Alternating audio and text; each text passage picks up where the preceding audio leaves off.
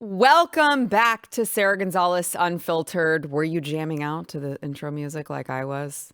Don't lie. I know you were, even though one of my guests has a few things to say about it that I don't appreciate. Welcome to the show, by the way. Matthew Marsden, BlazeTV contributor and actor and producer extraordinaire, who has never said anything rude about my intro music. Oh my gosh. You're already done. You're done. Get him off set. Also joining us, we have Steve Baker, Blaze Media's own investigative journalist. Thank you for being here as well. It's a good day to have Steve Baker on. Is it? Well, it's always a good day to have Steve Baker on. That's like. But I do want to get your take on this story that we have that I want to get into. But first, I want to find out how your Thanksgivings were. Well, mine was awesome. We went round to the Petersons' house. Okay. And got all of the Petersons sick. No. I don't mean me. I mean my kids. Oh, no. Sick with what? They're that Stomach? like 24. And I'm just saying, I'm the only one that didn't get Look. it. Yep, 24 hours. Fauci warned. You wear masks at these public gatherings. You didn't wear one. Limit the number of people that come to Thanksgiving. You didn't wear one. 6 feet. You didn't wear one. No, listen. The truth of the matter is when you have a big family. God, I want to do that. It's Trump. All you had to do was wear a mask while you were eating. Yeah. And you couldn't do that? While I was eating Couldn't do that? No, look, we actually weren't going to go around, and the Petersons were like, please, it's a big family, come over. And so actually our sick kids stayed at home, and we did.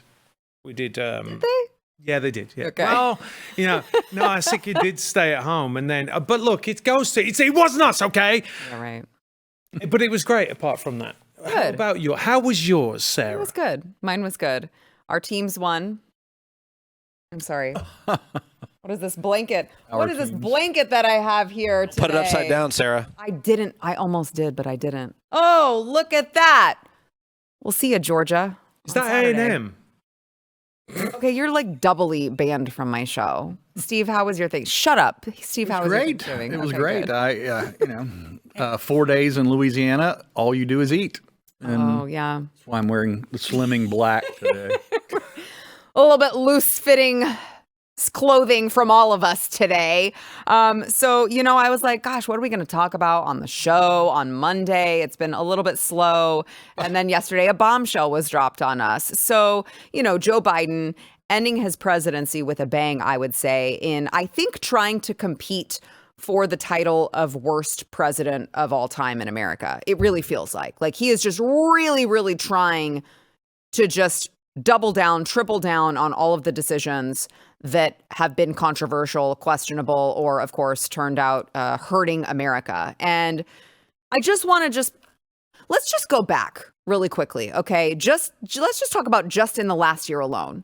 Joe Biden and his staff have said on multiple occasions on the topic of whether or not he would pardon Hunter Biden, he said he would never pardon his son. Let's revisit that.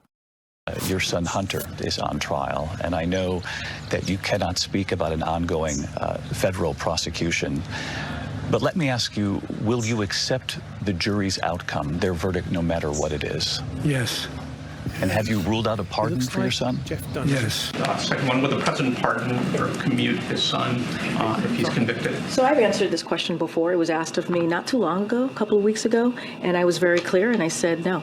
Okay. We go back to the first question of the briefing. I know you said not a lot's changed since yesterday, and it's a personal matter, but from a presidential perspective, is there any possibility that the president would end up pardoning his son? No. Again, you've also said several times that the president would not pardon or commute sentences for his son, Hunter. I just want to make sure that that is not going to change over the next 6 months. The president's saying he would not. It's still a no. It's still a no. It will always be a no. It's still a no. It will be a no. It is a no, and I don't have anything else to add. Will he pardon his son? No. I'm extremely proud of my son, Hunter. He has overcome an addiction. He's one of the brightest, most decent men I know, and I am satisfied that I'm not going to do anything. I said I abide by the jury decision, and I will do that, and I will not pardon him. Seems pretty clear over and over and over again. Oh, except wait. Yesterday, on a Sunday evening, okay, at the very end of a holiday weekend where everyone's checked out, no one is paying attention, Joe Biden, of course, did in fact pardon Hunter Biden, his son. He said today, and this is in a press statement, today I signed a pardon for my son Hunter. From the day I took office, I said I would not interfere with the Justice Department's decision making, and I kept my word even as I have watched my son being selectively and unfairly prosecuted. No reasonable person who looks at the facts of Hunter's cases can reach any other conclusion than Hunter was singled out only because he is my son. And that is wrong. Now, conveniently, Joe and KJP were on a flight, Air Force One flight to Africa. So they couldn't actually host a press conference about that. But I want to play, of course, the press corps on Air Force One. They're still there. They're still asking questions. Here's some of the audio from that. You have said repeatedly yourself since the election, the president has said for months, no pardon was coming. I wanted to ask you, could those statements now be seen as lies from the American people? Is there really a credibility issue here given now this announcement? First of all, one of the things that the president always believes is to be truthful to the American people. That is something that he always truly believes. And if you see the end of his, I assume that you've read his statement, and you look at the end of that statement, and he actually says that in the first line in the last paragraph. Oh, okay. Okay. So guys, I want to get into the timeline of all of this, because if you look at the actual pardon and you look at the dates in which Hunter Biden was pardoned, it's very curious. Okay. But the gaslighting, I can't get over. We just played a minute 20. I could play you. I saw a 9-minute montage, 9 whole minutes of White House officials talking about how, or leftist mainstream media, they're one and the same. Okay. The Democrat, arm of the media talking about how Joe would not pardon Hunter. And now here we have it. All they do is lie. All they do is lie. Well, first of all, KJP forgot to turn to that page in her, notebook to find out that she was giving the wrong answer every single time. Right. And then, of course, the next thing is that, all right, you got to put on your mom and your dad hats. And if you had the constitutional authority to pardon your own son, my own son, we all 3 have sons, right? Yeah. And we believe that this nation was founded and ordained by the laws of God.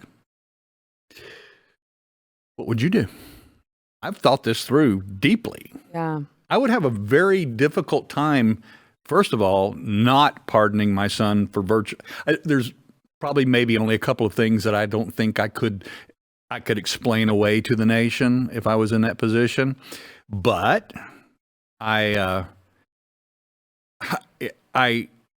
would certainly never have ever went on the record the number of times they did saying, no, I'm not going to do that. Right. I'm telling you, looking at that authority and that right that I have, and looking at the thousands and thousands of pardons and commutations and clemency that have been given by presidents for 240, 50 years, hell yeah, I'll pardon my son.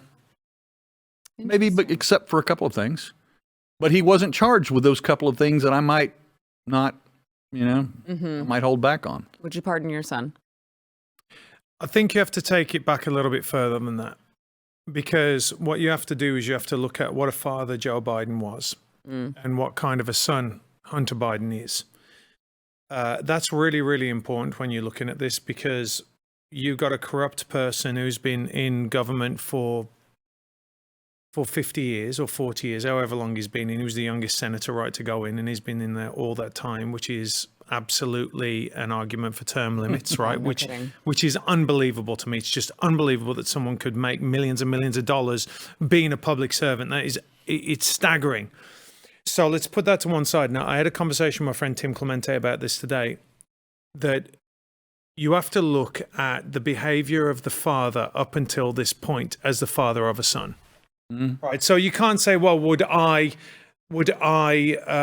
pardon my son? I wouldn't let it get that far. Fair. Right. So if my son was a crack addict that slept with my other dead son's wife, right? I think that maybe what I would do is take care of my own house first before putting my political aspirations first. So I don't think it's a fair question to ask, actually, would I pardon my son? I wouldn't let my son get that far into depravity. And if he was that far in depravity, I'd stop everything else and focus on getting my son well. The fact that we're talking about whether or not we would do that is kind of like letting him off being a shitty dad. Like, he's a shitty father. He's a bad president. Hunter Biden is a scumbag, right? So we've got to look at all these things. And is he lying? Of course he lies. They lie all the time. This is what they do. This is their currency. So the one thing, and it really angers me, the thing that angers me more than anything is the lying. Yeah. Because of course we knew that they were going to pardon him. Everybody knew that Biden was going to pardon his son. They just didn't factor on Trump winning again. Yeah. So then stop saying, no, he's not going to. No, he's not going to. No, I'm not going to. No, I'm not going to. Stop saying that if you know that you're going to all along. But I want to look at the timeline of this because, Joe is over there making a statement saying, oh, well, Hunter was just singled out. Okay, actually, I would say he was singled out to the degree that he did not receive consequences at all, to the extent that a normal person would if they got caught in a rental car smoking crack cocaine. If they got, Hunter Biden got let off multiple times. His ass was saved because of the fact that his father was Joe Biden. So no, of course, Hunter wasn't singled out because Joe Biden was his father. He, of course, received plenty of favors in that regard. But, Joe's trying to make the statement, well, Hunter was singled out. He was treated unfairly because I was his dad, as if you or I wouldn't go to prison for the same type of thing. But I want to look at the timeline of this because let's remember when these crimes were committed that Hunter is currently in court for, okay? 2017, 2018, willful failure to pay federal income taxes. So he has an unpaid tax of over $100,000. He was charged in June of 2023 by the DOJ. And then the 2018 charges are 3 felony counts related to a firearm.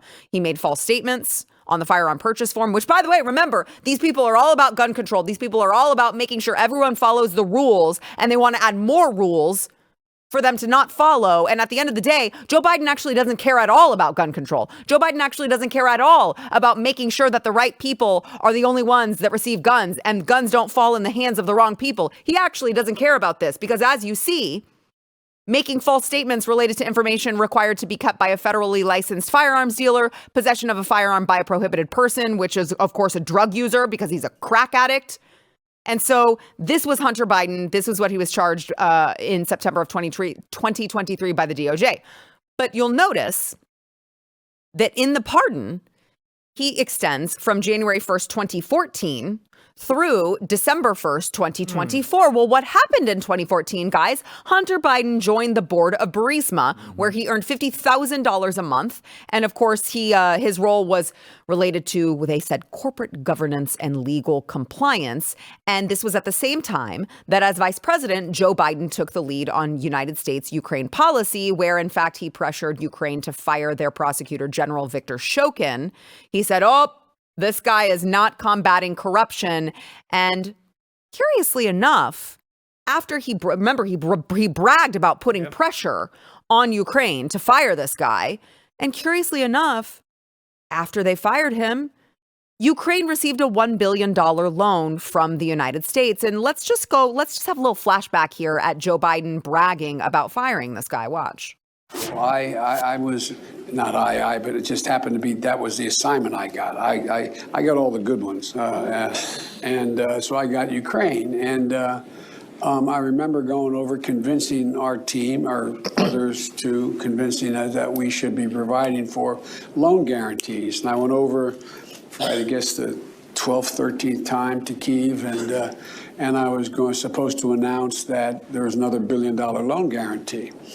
And I had gotten a commitment from Poroshenko and from Yatsenyuk that they would take action against the state prosecutor, and they didn't.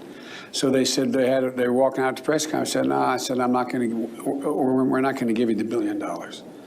They said, you have no authority. You're not the president. The president said. I said, call him. I said, I'm telling you, you're not getting the $1 billion. I said, you're not getting the $1 billion. I'm going to be leaving here. And I think it was, 6 hours? I said, I'm leaving in 6 hours. If the prosecutor's not fired, you're not getting the money. Well, son of a bitch. Got fired. Okay. Sounds a whole lot like pressuring foreign government. And so, you look at Hunter Biden getting this pardon now, and you look at the questions on whether or not he broke the law by not registering himself under the Foreign Agents Registration Act. I mean, we looked at this when he was originally being investigated on whether or not he broke the law and whether or not this was a FARA violation. And now, I guess none of it matters. Well, they had to, or Joe had to do that because he knew that under the clemency laws, and by the way, clemency is not very well defined in the Constitution. Basically, our country, the courts, the Supreme Court, everyone else has just allowed the president to do what he wants to do. If he says you're out, you're done, you're out of jail, we're wiping this away, you can vote again, you can own your firearms again, whatever the terms of the pardon are, the president pretty much has blanket authority to do what he wants to do. And so the one thing that doesn't stop, though, is if you do get a pardon, investigations into other crimes don't stop. The fact that the president can go and now define, as you said, a timeline that I'm giving you an overall blanket pardon all the way back to that date is just another one of those leniencies that's just assumed that the president has under that law. You have to imagine, though, let's say that Donald Trump's Congress or DOJ, whoever, continues looking into the Biden family corruption, which I don't anticipate that they will. They typically tend to drop it once Biden's not in office. They're going to forget about it and walk away. I wish that they wouldn't. I do want them to continue pushing this because this is one of the most treasonous, corrupt presidents, I believe, that has ever lived. And so I hope that they don't drop it. But you have to believe that now Hunter couldn't plead the fifth if they bring him in for questioning, right? He does have to answer questions if you're looking into Joe Biden himself. Oh, absolutely. Hunter now has to answer. He has to be compelled to answer because he can't incriminate himself. He's already been pardoned. And there are those who are in the January 6 pardons, which we may get into in more depth here, that are saying the same thing, that they don't want the bad, nefarious, maybe fed characters getting a pardon as well. I'm like, no, we do want that because now we want them to talk. In fact, we want guys who actually became witnesses and became, for the state, who turned on other people. We want them talking now. Absolutely. Right. Yeah. I think it's looking at that. It's really shocking how much Biden has declined over the 4 years. I mean, even then, I mean, I thought he was useless before, but now, I mean, his decline is marked, right? One of the reasons why it's important because we tend to look at this as in, was Hunter Biden prosecuted for his crimes, right? But the bigger problem is, can Hunter Biden be blackmailed? Can Joe Biden be blackmailed because of his son? This is part of the problem when you're talking, because people are like, look, Donald Trump has pardoned this person, that person. That's not the point. This is the president's son. And can that be used as leverage to get him to do other things? That's the problem with Hunter Biden being such a scumbag. And we kind of people are just kind of like, oh no, it's about the leverage that a foreign actor might have. Can he be blackmailed? Well, hasn't he been? Well, I'm just saying, because we tend to look at this, and of course, Sarah, as you said, anyone else would have gone to jail. Anyone else would be prosecuted. The Burisma it's laughable that they're like, oh, it's only because he's my son. What, that he's gotten a billion chances? That you can have a laptop come out with all sorts of crimes just on it, and we're only talking about tax charges and gun charges. But it matters that it's his son because he's the president of the United States that he can have leverage over him. That's super important. And by the way, I know. This is why I keep saying Russia is not our enemy. It's not our enemy. If we go back and look at what was going on in Ukraine, which was one of the most corrupt countries in the world, I'm sorry, we have to look at all of this. And that's hopefully what's going to happen when Trump gets in. Two things can be true at the same time. Yeah. Vladimir Putin is a scumbag. Also, Ukraine is not innocent. Both of those things can be true, right? Yeah, exactly. Exactly. Okay. All right. Let's do this. Let's take a break, and then I want to get into what Donald Trump said in relation to this is his response to the Hunter Biden pardon. First, we want to thank our sponsor, Relief Factor. So, Relief Factor is there for those of you who reach the age where things hurt. Maybe you got knee pain, neck pain. I'm not looking at you, Matt. I'm not looking at you. Except he has. I do. My neck. He has used it, and it has worked for him, and it's worked for me, and it's worked for so many people in this building. Even young people like you. Even really young people like me. It's true. Actually, I used to. I'm actually 94 years old. And I used to look my age, and then I started taking Relief Factor, and the inflammation just went away. Amazing. And so now I don't even look the 94 years old that I am. But those of you, if you're living in pain, try Relief Factor. In all seriousness, it's a very, very potent anti-inflammatory, and so it's not like a drug where it's going to make you feel loopy like pain medications, but it is going to target the inflammation in your body, which is going to get rid of the pain. So it's not going to be like a mask. It's actually going to get to the root cause. Go to relieffactor.com, get the 3-week quick start. It's $19.95, and they've got a guarantee, so you've got nothing to lose except your pain. No reason not to try it. Relieffactor.com.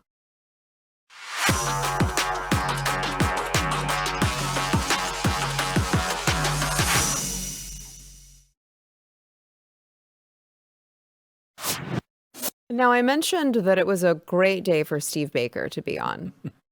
So Donald Trump, very interesting response to the pardon of Hunter Biden. He wrote on Truth Social, does the pardon given by Joe to Hunter include the J6 hostages who have now been imprisoned for years? Such an abuse and miscarriage of justice. Now, I don't disagree with him, obviously, on the statement that he's making about the abuse and miscarriage of justice. Obviously, he knows that the pardon given by Joe to Hunter does not include the J6 hostages.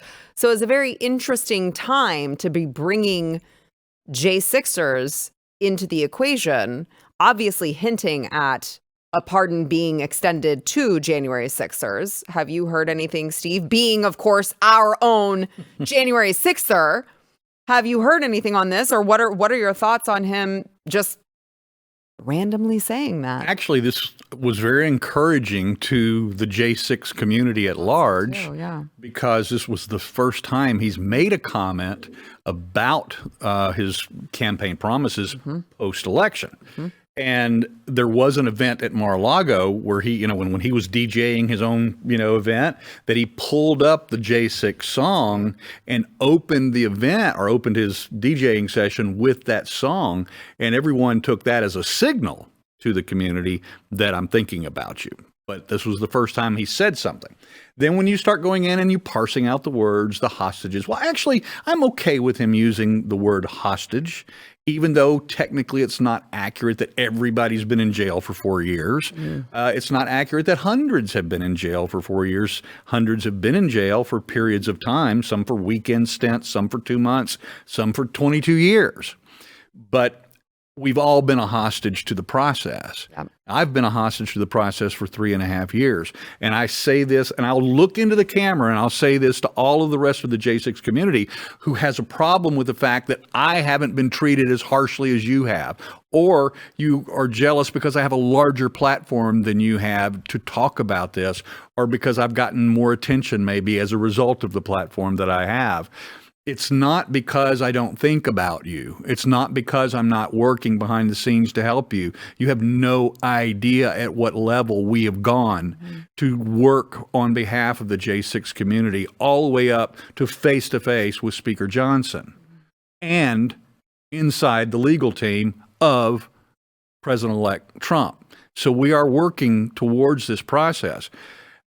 I'm much more hopeful today than I was 24 hours ago, but I still have that knot in my gut because I know who my judge is and I know what he thinks about me and I know what he's been told to do. And I know that even though he said in my hearing 2 weeks ago, he said, even though I probably won't see you in March, alluding to the pardons, if they don't happen, if Trump doesn't come through in a timely way, that judge is going to put my ass in jail. I'm glad that you mentioned the word hostage, because I agree with you. I don't think that you have to be behind bars to be considered a hostage. I mean, you have people who have been tormented by the DOJ in all of this to the extent that they have taken their own lives. Yeah. I mean, they are, everyone who has been investigated and targeted because of this has very much been a hostage, whether or not they have spent time behind bars. Yeah, and taken over their entire life. Absolutely. You've had, and by the way, you've had, I'm sorry, but I understand, like, listen, there are degrees of how bad it gets. And I totally understand that. Thank God, Steve, you know, you have been, you've not had to serve time yet. Okay. But that doesn't mean that you haven't had this hanging over your head for the entirety of 4 years now. Yeah. But even in that reality that I've lived for 3.5 years, I still haven't had it as bad as so many others. And I'm not even talking about prison time. Of course not. Because I didn't lose my job. Right. I didn't work for anybody when this happened. Right. I was working for myself. I wasn't deplatformed. Yeah. I didn't have my bank accounts taken away from me. Right. And in fact, because of the work that I did subsequent, because the government weaponized me against them, and because I started targeting them, and because of the work that I did against them to reveal their malfeasance in this whole process, I got a bigger platform. Yeah. And so I feel like I need to look at the camera again, and I'm not apologizing to anyone. I'm just telling you, I can't cover 1,600 cases individually. I'm sorry if I didn't get to yours, but we're getting to the whole process, and that's what we're working on. And I can tell you, we have some good people associated with the Blaze directly, in my camp, in my legal camp, and on, that are working this process from the inside. And there's a bunch, we're not the only ones. There's a lot of people within the January 6th community who are working this, both outside and inside. And look, as I said, I'm more hopeful today than I was yesterday. And now it's just a matter of how it's going to happen. Yeah. I think it's going to happen. Will it be blanket pardons like Carter did for all of the draft dodgers? Which the president can do. Like I said, it's a very ill-defined process. He can do that. Or if he's going to do it case by case, this could take a long, long time. So I hope he doesn't go that route. Yeah, me too. Okay, so on the topic of the weaponized FBI, the weaponized DOJ, well, we're having a little bit of the turning of the tide. The other big announcement over the weekend was, of course, the long-awaited who's going to take over the FBI and help us burn it to the ground. Well, it actually will be Kash Patel. Donald Trump finally released a statement saying, I am proud to announce that Kash Patel will serve as the next director of the Federal Bureau of Investigation. Kash is a brilliant lawyer, investigator, and America First fighter who has spent his career exposing corruption, defending justice, and protecting the American people. He played a pivotal role in uncovering the Russia hoax, standing as an advocate for truth, accountability, and the Constitution. This FBI will end the growing crime epidemic in America, dismantle the migrant criminal gangs, and stop the evil scourge of human and drug trafficking across the border. Obviously, the pick, well, I don't want to speak for you guys. It was the pick that I wanted, that I was waiting for. I don't know what in the world took so long. But Matt, you and I were with Kash not that long ago. It was right before, it was 2 days before Election Day. And we were with him. And I remember talking to everyone. And I was like, I was, of course, the MC for this event. And I'm like, who wants to see a Kash Patel in the next Trump administration? And everyone went crazy. And now, of course, we get to see that come to fruition, of course, barring the confirmation hearings. Yeah, well, I mean, he's a perfect choice for this. He really is. And there's a lot of people that say, well, you know, what experience does he have? And in this kind of like weird this weird notion that people rise up in the FBI to the top. That's actually not the way it works. I think I was talking to Tim Clemente about this, who used to be in the FBI, and he said there's only, I think in recent times, been one rank and file FBI agent that's gone all the way to the top. So I think that, Kash is the perfect person. The other thing that I asked Tim about today as an FBI agent, I said, what would you do on day one if you were Kash Patel? And the way that Tim related it was that the FBI is basically like a sandwich right now. The top and the bottom needs to go. Mm-hmm. Because what you've got maybe 10 years of DEI hires, at least 4 years of DEI hires that are clogging up the lower levels. And then you've got the woke mob that have been promoted to the top. And actually the middle, the meat of it is actually there's a lot of good agents there. Mm-hmm. And so I think that Kash is going to have to do, maybe speak to Elon and get in there and do a bit of Doge and clean out the top, clean out the bottom. And the other thing that I asked Tim about was, could the FBI still operate with a vastly reduced manpower? And he said 100%, you could get rid of 60 to 70% of the FBI and it'd be way more effective. Yeah. So that might mean, because of the government bureaucracy, you might not be able to fire them, but you could say, hey, you guys go and work at home. Sure. Right?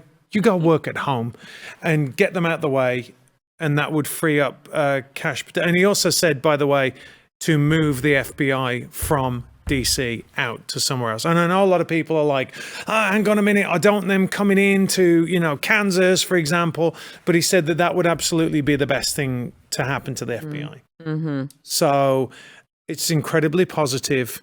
I think he was the right move, as you know. I mean, everyone there was very down with him getting that job. And by the way, President Trump, recess appointments, all of them. Yeah, I agree. Okay, all right. Let's get into the leftist reaction to this. You're over the target when they've got something to say about literally every time he nominates someone new, they become the new worst person ever. Right. The last one was the last nominee, and then he comes up with a new one, and they're like, actually, this person is the worst person ever, and let me tell you why. So we'll get into that. First, we want to thank our sponsor, Patriot Mobile.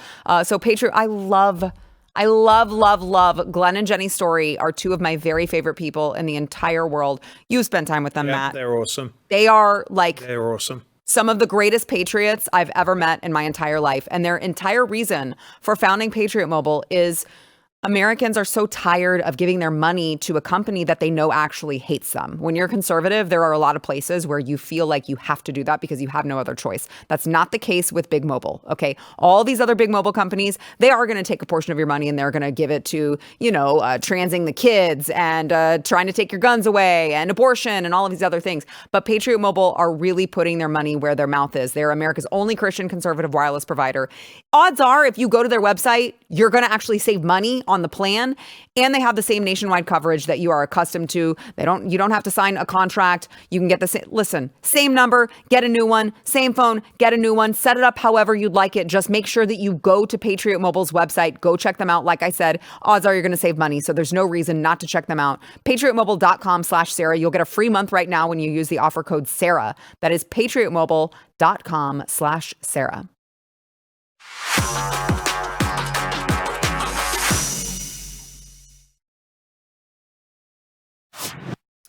So, Matt, you alluded to, people talk, oh my gosh, what are Kash Patel's qualifications?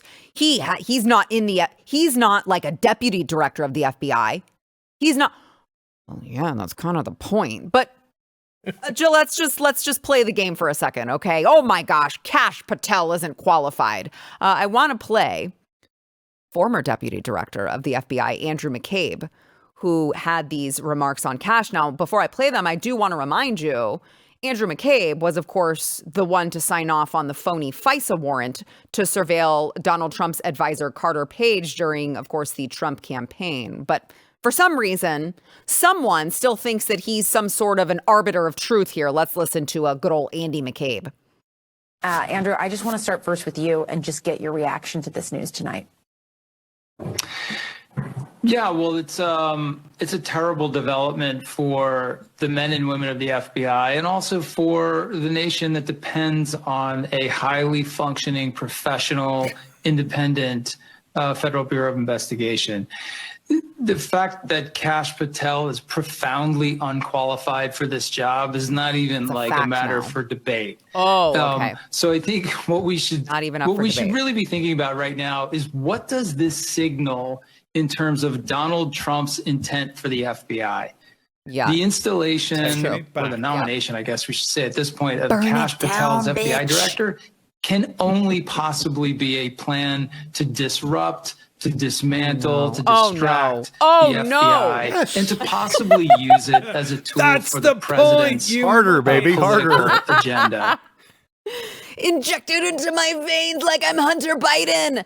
So let's talk about Kash Patel's qualifications, okay?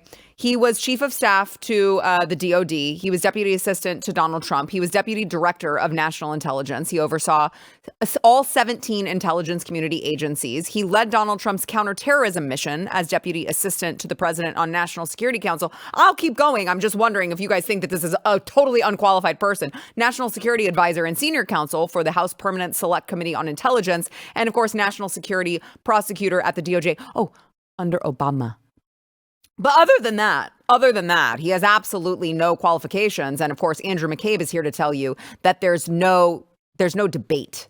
If we started going down the list of every one of Biden's senior appointments and showing that they had no relationship whatsoever, including his son to Burisma, sitting on the board, no relationship whatsoever to anything that they were assigned to oversee, it would be embarrassing. And of course, we will do that, and we can do that. Yeah. We can do it over and over and over and over again. But the bottom line is, as you mentioned earlier, is sometimes you don't want a guy from on the inside. In fact, most policing agencies, they always recruit their new chief from the outside because they don't bring with them the nepotism and the cronyism and all of the special favors that they would give to the people they know. They come in there with a clean slate. They don't know anybody, and they're more likely to treat everybody in the correct manner. And I think that this is the right move to make, especially with Kash.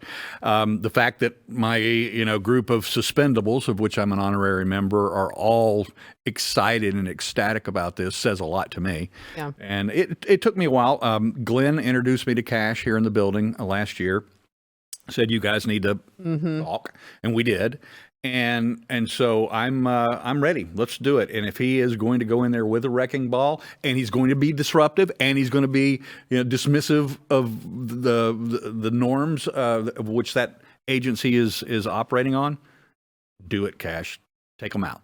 Yeah. Well, I mean, it's like you bring up a great point with the suspendables, who of course are the good guys. It's like, well, when the good guys are excited about it and the bad guys are really upset about it, the guys who have already abused their power, we already have proof of them abusing their power, right? The guys who are very upset that the new FBI will not be able to be weaponized against their opponents, they're upset. I think that's proof that this is actually a good pick. And I'll play you one more here.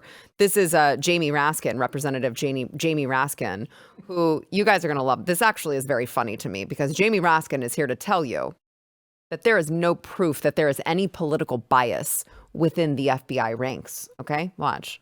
Do you think there are any issues inside the FBI around politicization, as many who voted for Donald Trump seem to say? Well, undoubtedly, if you look at it historically, for example, during the COINTELPRO period, the FBI really was weaponized against Dr. King and the civil rights movement and the peace movement. There was, decades of the FBI being basically used as a political instrument. There's an interesting book about that. We're still waiting for you to answer the question. Gage, and people can look at. I mean, and so I haven't seen what the proof is that the FBI has been weaponized against a political party or the Department of Justice. He just hasn't seen what the proof is. Have you seen the proof, Steve? Seen the proof. And so have hundreds of others who committed misdemeanor offenses. The horrific abominable act of accidental trespassing, or I like to call it accidental tourism, through the Capitol, and have had guns drawn, 6:30 raids in the morning, red dots on their children's foreheads, on their wife's, nightie, and thrown to the ground for misdemeanors. And that had never been done in the 100+ year of the year history of the FBI before January 6th. Suddenly, they created an entire class of misdemeanor terrorists, and these, as one of the suspendables wrote today or yesterday on his X account, he said, if you engaged as an FBI agent in one of those misdemeanor SWAT raids, I hope, or just the investigation alone, because I never did that either, I hope that you bear that guilt and that shame for the rest of your life. But here's the other thing. They raided Mar-a-Lago. There's no proof. Other than that, there's no proof. I mean, and also other than all the J6, and also other than all of the pro-life protesters who had guns drawn at their homes and their homes raided. But somebody's panties were at Mar-a-Lago, so they did. That's fair. Oh, yeah. That's true. That's true. I mean, but other than that. It's really unbelievable to me that the FBI has been weaponized the way that it has been. And I think that if you are normally, they go on about the peaceful transition of power, right? Over and over again. There's a peaceful transition of power, blah, blah, blah.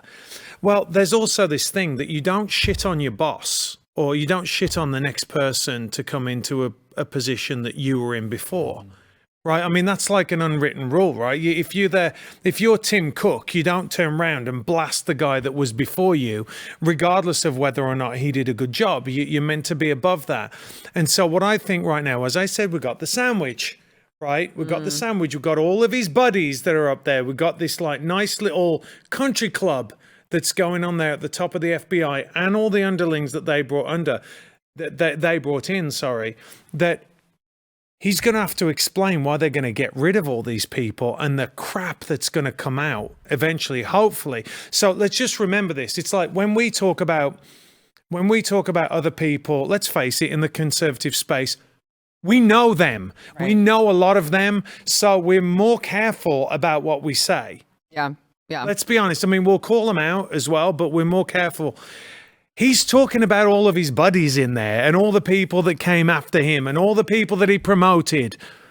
It's going to be interesting when Kash goes in and just goes straight the way through. It's going to be easy to clean out that bottom layer of the last 4 or 5 years of DEI hires. Yeah. They just have to return their physical fitness standards back up to the levels and immediately wipe them out. Immediately disqualified. By the way, they say that there's no proof of any political bias within the FBI. Can we get that picture of James Comey, former FBI director James Comey, who is just...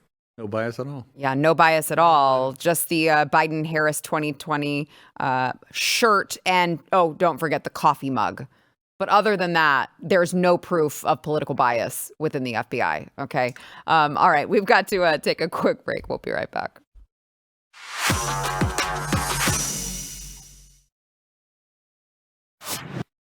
All right. So one of the other bombs that Donald Trump is, of course, throwing into, all of these blue areas. I won't say blue states because it turns out there aren't any. They're just blue cities. OK. And so one of the other bombs is, of course, mass deportations. And I want to play Tom Homan explaining a development in this mass deportation plan. Watch.